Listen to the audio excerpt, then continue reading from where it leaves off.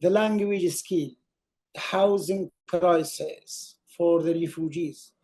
I know thousands of refugees after 20 years, they are still struggling to access proper housing, unlike established communities. The established communities, because of the connection with the British culture, with the British system, with the British civilization, maybe, with the British colonization, after few years, they managed to get something easily. But for the people of Afghanistan, it took 20 years to access housing. Most of them, they don't have a CV. Most of them, they don't have even an email address. Yeah. These are the issues that affect refugees, especially with the mental health, and how the grassroots charities tackle the biggest issues that face refugees. And I don't think that the grassroots organization with the limited resources, they can do and manage everything by themselves unless there is no proper resources available from the central government, unless the universities, they don't produce a proper research, they don't write a proper report to make the public aware of the situation as well as the consequences of negligence. If we neglect, then of course there will be more tragedy, more anti-Western perception within our democratic values. Of course, most of the politicians, they are sitting in a nice room, having nice holiday, but they don't understand how, when we are dealing with so many cases, the people who are coming to our center, they are shouting, where is human rights? Where is women rights? We come to the UK with the hope to access democracy, freedom, opportunities, but here they are torturing us. But this is the grassroots organization like us telling them, be patient. We are here to help you. We are here to support you.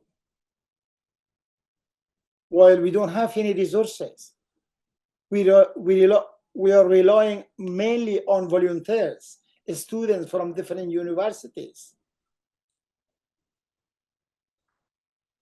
There are some few mental health there are few organizations specifically focusing on mental health, but the demand, the number of people, especially since the conflict expanded globally, is not just about Afghanistan. For the past 3 years, over 500,000 refugees from Ukraine migrated to the UK. Over the same number maybe from Syria for the past 10 years. Now, of course, from Yemen, Palestine, and Lebanon. But we have also a lot of refugees from Iran, and we don't know what will happen in the near future if the tension between Israel and Iran will increase. So the grassroots organization, they are, I think that they are the most important, maybe,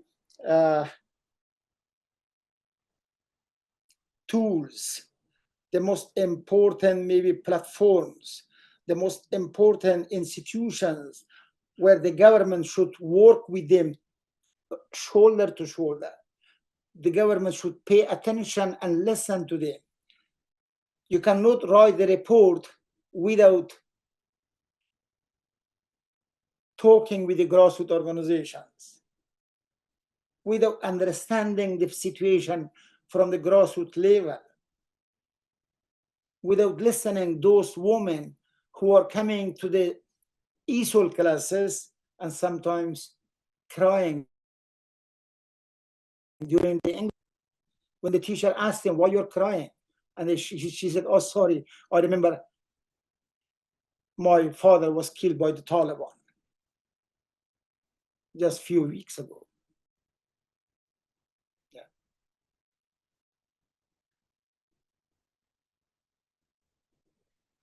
But the other important aspect about the mental health, which I have to tell you, is unreported mental health issues, which never been discussed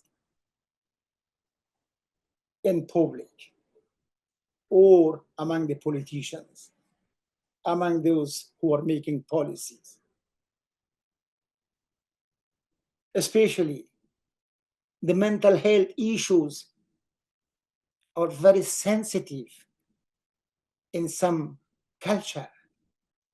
For example, among the people of Afghanistan, if you talk about mental health, they get upset. They don't like it. But of course, me and you and everyone should understand the country who faced 46 years of war and conflicts, atrocity, human rights abuses, women rights violations, the Russian invasion. Even myself, I remember when I was a child, I remember when the Russian invaded Afghanistan, they sent more than 250,000 Russian troops from the ground and from the air. Yeah. Tank, plane, military bases. And the war continues for 9 years in a small country. It was even worse than the Second World War in the EU. Comparing the size and the population of the EU, I think that we lost more lives in Afghanistan than the EU lost during the Second World War. And thanks to the contribution made by the Afghanistan people fighting against the USSR, now the EU and the West, they have more influence over the world politics. But the people of Afghanistan, forgotten. And this is the frustration of the people who get mental health. But then on the other hand, there is no enough services. There is no representation of these people in the local or national politics. There is no debate with these people. There is no any platforms. There is no transparency sometimes. Because of the tribal conflict within Afghanistan, this is a very dangerous topic, should be discussed in the near future. There are people, you have the community who are supporting the Taliban. Even though I myself as a community leader, I witnessed some of the, I don't want to mention the name of the community, some of the tribe, because of the connection with the Taliban tribe, they managed to get out from Afghanistan in 2021, with the hope to get the visa. After 6 months, they went back to Afghanistan because they can't live in a 1-2 bedroom flat in the UK. They have big houses back home. Again, in particular location of Afghanistan, because the money also is spent in the particular location of Afghanistan since 2001 after the NATO intervention, while the fighting against the Russian took place in the north of Afghanistan. You can see the disparity, yeah, the differences. The fighting was heavily against the Russian in the north of Afghanistan, and there wasn't even £1 spent, no pound. While the entire funding or the entire support of the international community by the former president spent only in the south of Afghanistan, where the south of Afghanistan, they never had any experience of war against the Russian. So this is a serious maybe issues that affect the mental health of those people who are killing their families, even here in London. If you check the Google, you will find some of them online. So you will find this information online. I'm sure that, yeah, I'm sure. And how we, as a community leader, can tackle this? Of course, we can't do. We don't have the resources.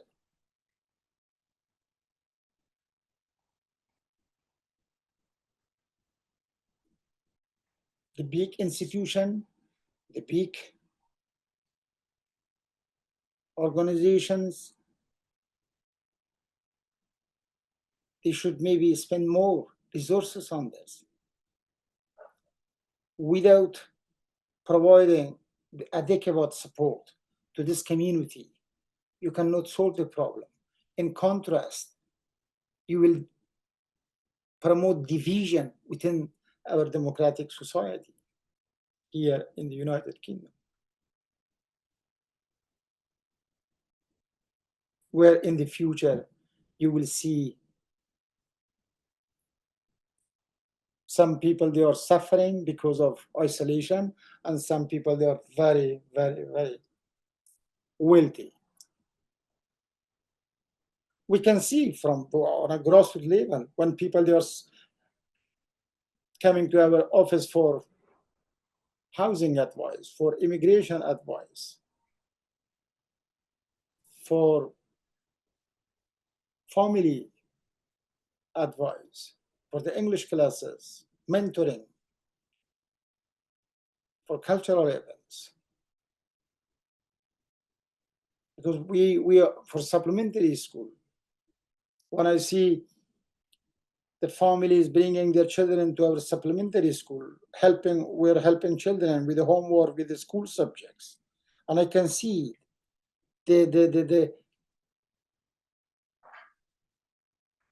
relationship between the children and the family completely different, because the children sometimes even abusing their parents. Why? Because the parents' accent is poor. The parents cannot speak English properly, and the children growing here in the UK, grown up here in the UK. Yeah. So then the parents get very, very, very anxious. What's going on in my family? I come here with the hope to make a better future for my children, and now the children, they don't listen to me because I can't speak English. I can't. My accent is very poor.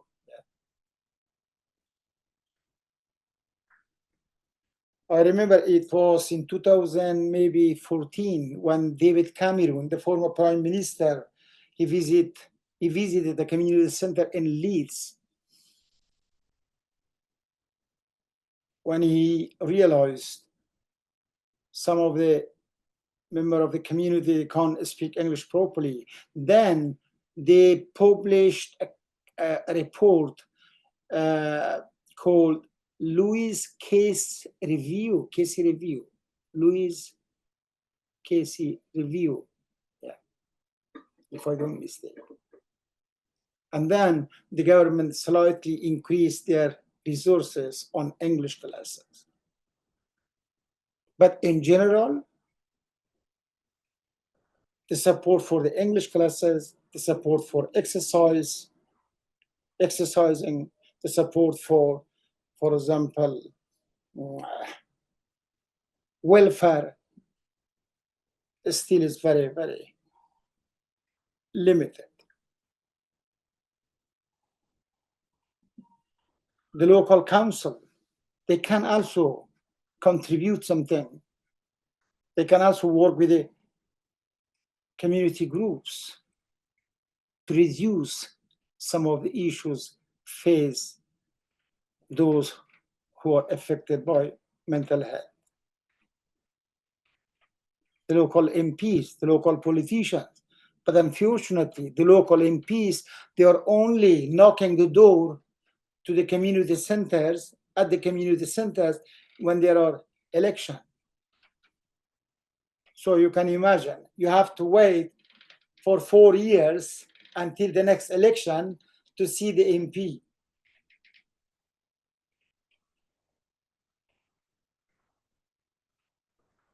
So what's going on in our society? If we are saying we are the most democratic society in the world, and the local MPs, they are very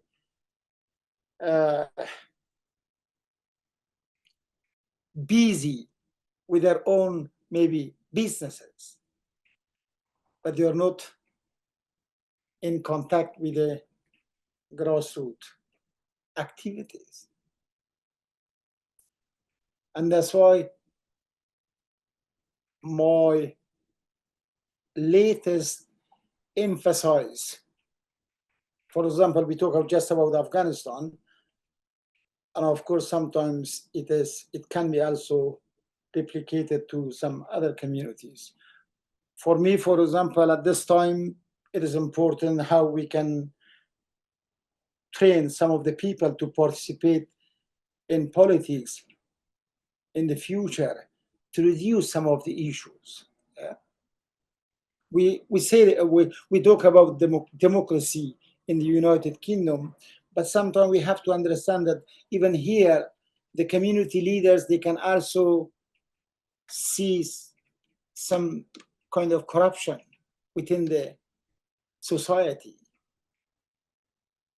If some of the community, they don't have representation in the local council, their application, their file keep in the computer for 15, 20 years. They don't even open it.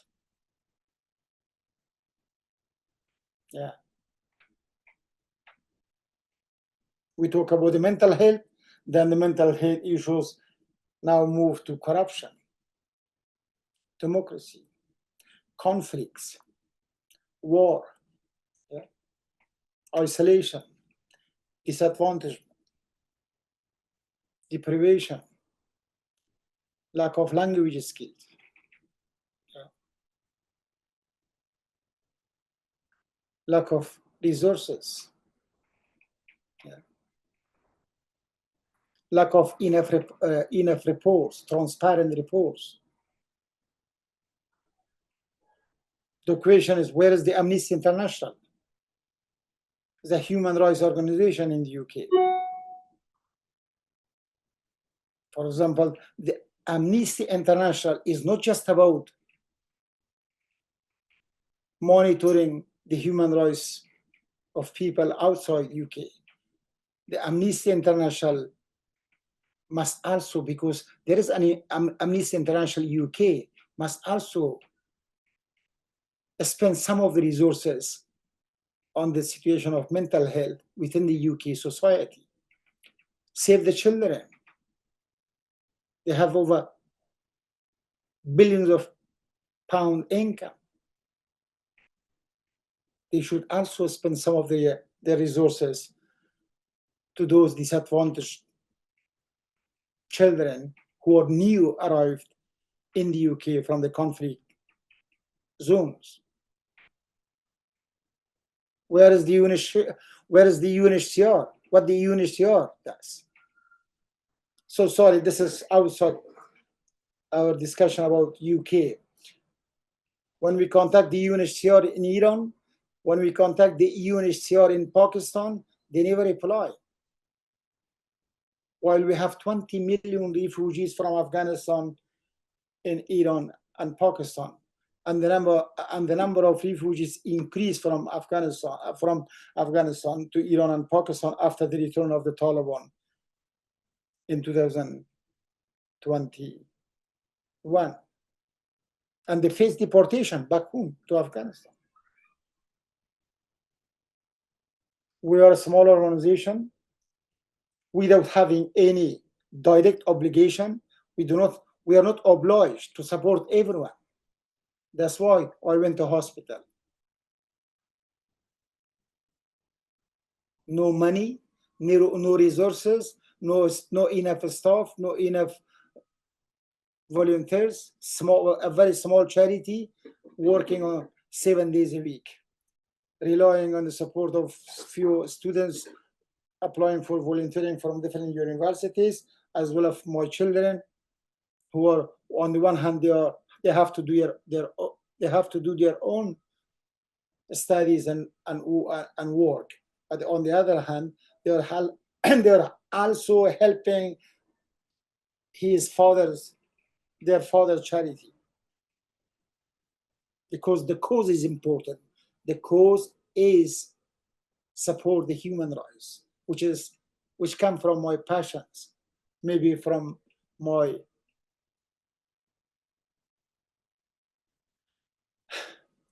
is a legacy from my father. But of course, while we talk about some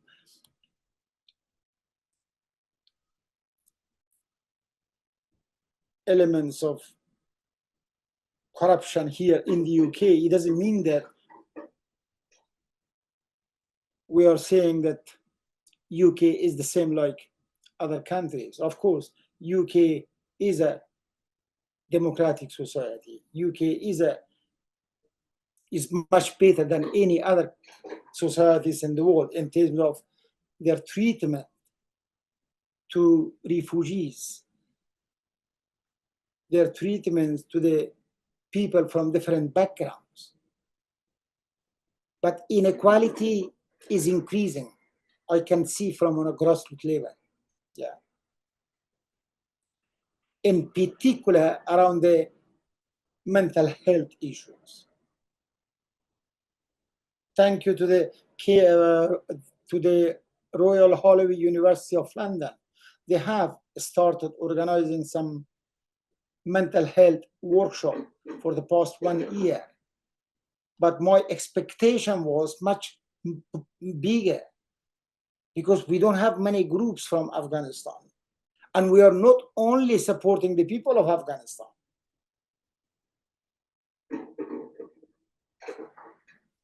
When I started the introduction of the organization, I didn't go through the history of the organization properly.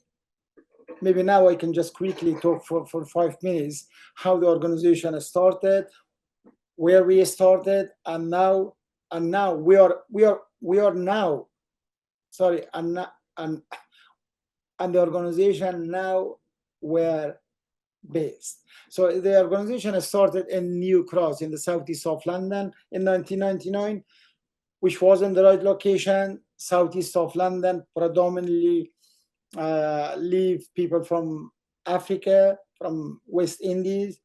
However, I managed to set up something in the southeast of London, and because of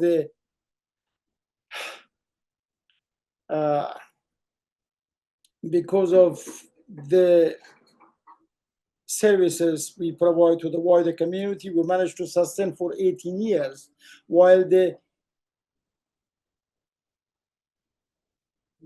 largest community from Afghanistan, they're based in West London, in Ealing, Hounslow, Brent, Hillingdon, Harrow, and Barnet. Hounslow, Hillingdon, Ealing, Brent, and Barnet. So then, after 18 years, we decided to move to West London. 8 years ago, we started again from a small shop in Hounslow. We stayed for 2 years in a small shop, and 5 years ago, we launched the largest community center with a very small resources, which this center also helped the British government during the crisis in Afghanistan. Because of the center, we had hundreds of national and international media from all over the world, British, Chinese, Russian, Americans, Germans, French, TV. They had a live broadcast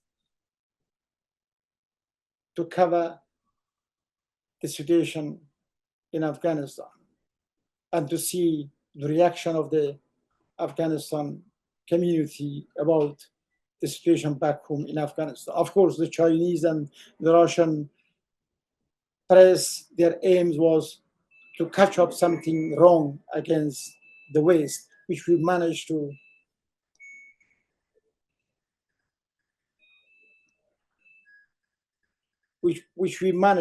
to avoid giving them anything that they can use against our society. At the same time, we had a long queue from 5 a.m. every day from August until February 2022, when the Russian invaded Ukraine. For 6 months, our center became the main contact point for thousands of refugees. But we managed to help and provide free services to bring their families from Afghanistan, as well as distributing donation to thousands of new evacuees. So after this, launching the largest community center in Feltham, now we have another center in Birmingham, one more center in Liverpool, one small office in Kent, one small office in Harrow,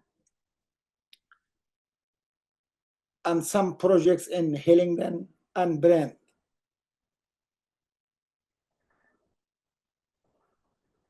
It wouldn't be possible to do so much if we wouldn't contributed our life full-time, 7 days a week to serve the community. You could imagine if there wasn't similar organization for the people, not just as I said, that if you come to our organization, even for the English classes, we have people from 35 nationalities. And I feel very pleased. I didn't set up the organization just to focus on one nationality. We have people from Congo, from Sudan, from Palestine, as well as Ukraine,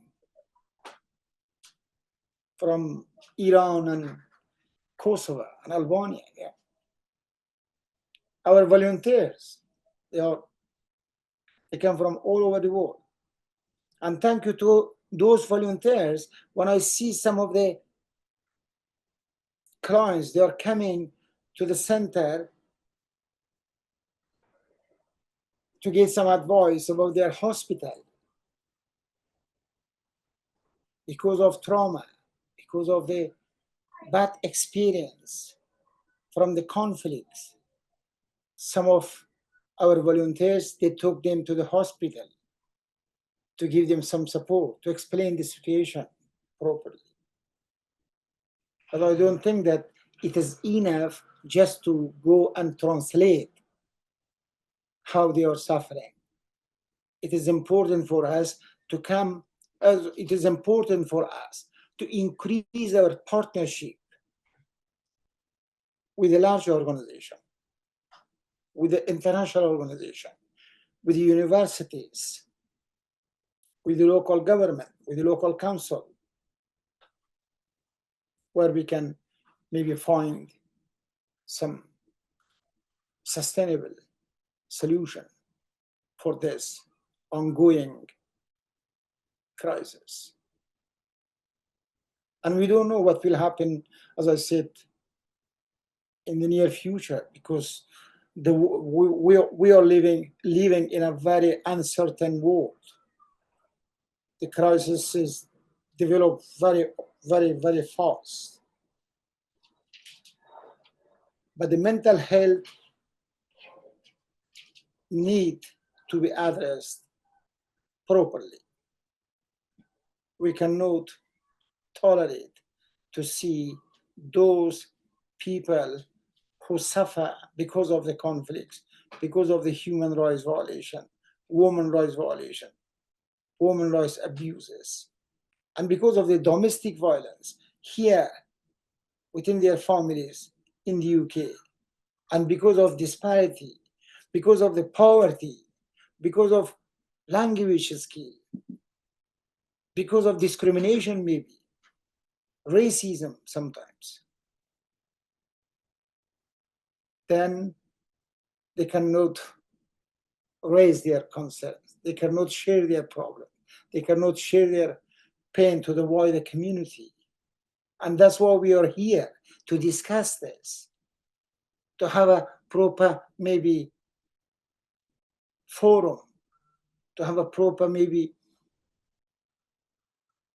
plan where we can maybe take the pen and paper and start writing. I like when I mentioned about David Cameron visit in I think it was Leicester or Leeds in 2014. The Louise Casey review was a very robust report, which was quite useful. It helped to reduce some of the issues affected mental health and the language barriers, as well as the challenges faced by refugees. But since the Louise Casey review, maybe there are some many reports was published, but I haven't heard about this. And this can be an opportunity for us, for any other universities, if they want to work together to produce a similar report for recommendation to the government. Thank you very much. I think that almost we have 50 minutes. I was told to speak only for 45 minutes, but it's now 50 minutes. I do apologize, and thank you very much for listening. Yeah, no, thank you very much. It was just, very inspiring to hear about your dedication, about your organization, the various social, political, cultural challenges that people are facing on a daily basis, and how difficult it is to navigate those and receive the appropriate support in a system that we're living in, which is often extremely hostile to newcomers who are coming through the various ways to the country. So really appreciate that you shared also your personal experience with us, which is, again, not always easy to do either. So very much appreciate that.